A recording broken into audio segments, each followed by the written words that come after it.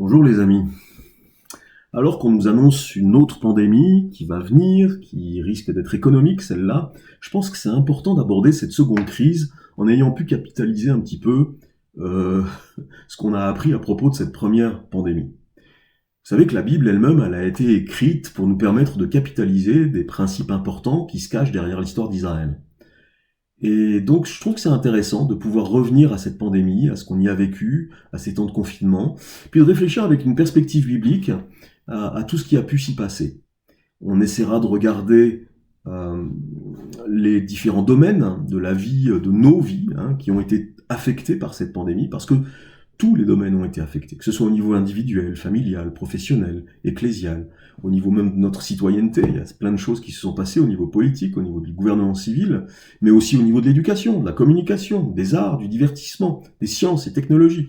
Tous les domaines ont été touchés. Et c'est important de pouvoir réaliser que nous avons besoin d'avoir ce regard sur ce qui s'est passé, capitaliser les bonnes choses, afin qu'on ne soit pas simplement dans une prière, euh, voilà, pour dire que son règne vienne et que sa volonté soit faite, mais qu'on puisse aussi être des incarnateurs, je sais pas si ça se dit, en tout cas d'incarner ce règne et cette volonté bienveillante de Dieu au milieu des responsabilités que Dieu nous a données. Alors on le sait tous, notre vision du monde elle a été bousculée ces derniers mois, que ce soit le monde, nos communautés ou nous-mêmes, les choses ont changé. Et la première chose, ça a été de réaliser que tout peut être bloqué. Et aussi, au travers de ce blocage, on réalise que toutes les institutions sociales sont extrêmement imbriquées les unes dans les autres. Parce que tout a été touché, comme je le disais tout à l'heure, au niveau individuel, professionnel, église, etc. Tout a été affecté. Et quand je pense aussi à la Bible, je réalise qu'Israël s'est souvent trouvé dans des crises et le peuple de Dieu a souffert. Et je pensais à cette histoire récemment d'Élie. Vous vous souvenez de l'histoire d'Élie? Il ne pleut pas, lui-même a prié pour qu'il ne puisse plus pleuvoir pendant un certain temps, je crois que ça a duré même plusieurs années. Alors c'était du temps du règne d'Akab, un mauvais roi, il y avait vraiment un jugement là sur le peuple d'Israël. Mais lorsque Élie prie, la pluie s'arrête de tomber, mais on réalise qu'elle s'arrête de tomber sur tout le monde. Pas simplement sur la tête du roi Akab, mais sur toute la population, et aussi sur le peuple de Dieu. Alors, nous aussi, en tant que peuple de l'Alliance, nous souffrons aussi des problèmes qui s'abattent sur le monde. Alors c'est vrai que, comme Élie, il peut y avoir des corbeaux qui viennent pour s'occuper de nous, et on va trouver des solutions, parce que Dieu est fidèle, et il va trouver des moyens pour nous aider. Alors, dans ce contexte de confinement, est-ce que l'évangile est toujours une bonne nouvelle du royaume? Eh ben oui, ça peut l'être, mais seulement, comme nous le dit la Bible dans 1 Chronique 1 Chronique 12, 32, c'est la tribu d'Issachar qui va peut-être nous y aider.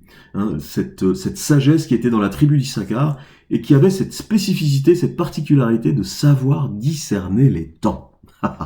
Qu'est-ce que ça veut dire? Discerner les temps dans lesquels on vit, ça veut dire qu'on va réussir dans, bien sûr, une perspective divine, essayer de comprendre les temps dans lesquels nous vivons pour pouvoir en acquérir de la sagesse dans l'élaboration de nos choix et de nos décisions. Et on en a besoin.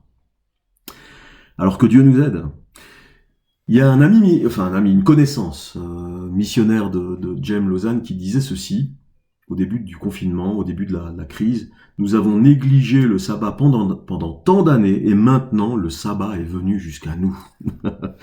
Alors, c'était une parole assez intéressante parce que c'est vrai, finalement, que ce temps de confinement a été, pour plus de personnes qu'on ne le pense, comme un temps de sabbat. Et ce temps de sabbat, il a été finalement, pour pas mal de monde, une bénédiction. Alors, avant de mettre les lunettes et d'aller examiner l'impact de la crise sur les différentes institutions sociales et les sphères d'influence, je pense que c'est important de commencer cette petite série de partage en parlant du sabbat. Parce qu'il faut le vivre et se discipliner pour ça. Et je sais qu'on a tous entendu parler de ce que c'est. D'ailleurs, on a eu des prédications là-dessus, des bonnes prédications, des bons enseignements.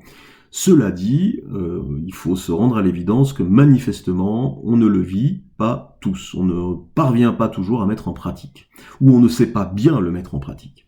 En tout cas, une chose est sûre, c'est que alors que je lisais encore il y a quelques jours dans Exode, ces recommandations de Dieu qu'on retrouve à plusieurs endroits de la Bible, de temps de jachère pour la terre.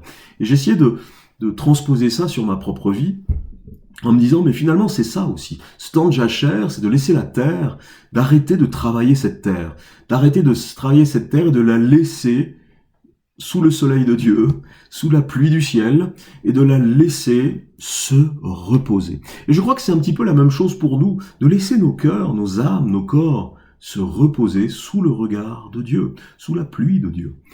Je pense que là, il y a peut-être une clé. En tout cas, moi, je la cherche encore. Je prie pour ça.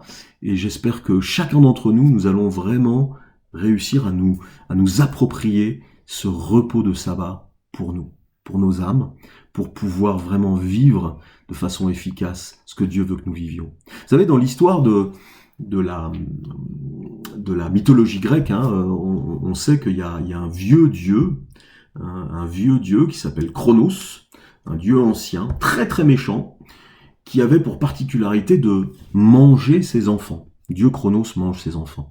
Et lorsque mon ami Tom Bloomer me racontait cette histoire, je me suis dit, mais c'est vraiment, vraiment une expression de la méchanceté de ce faux Dieu que de nous conduire dans des burn-out.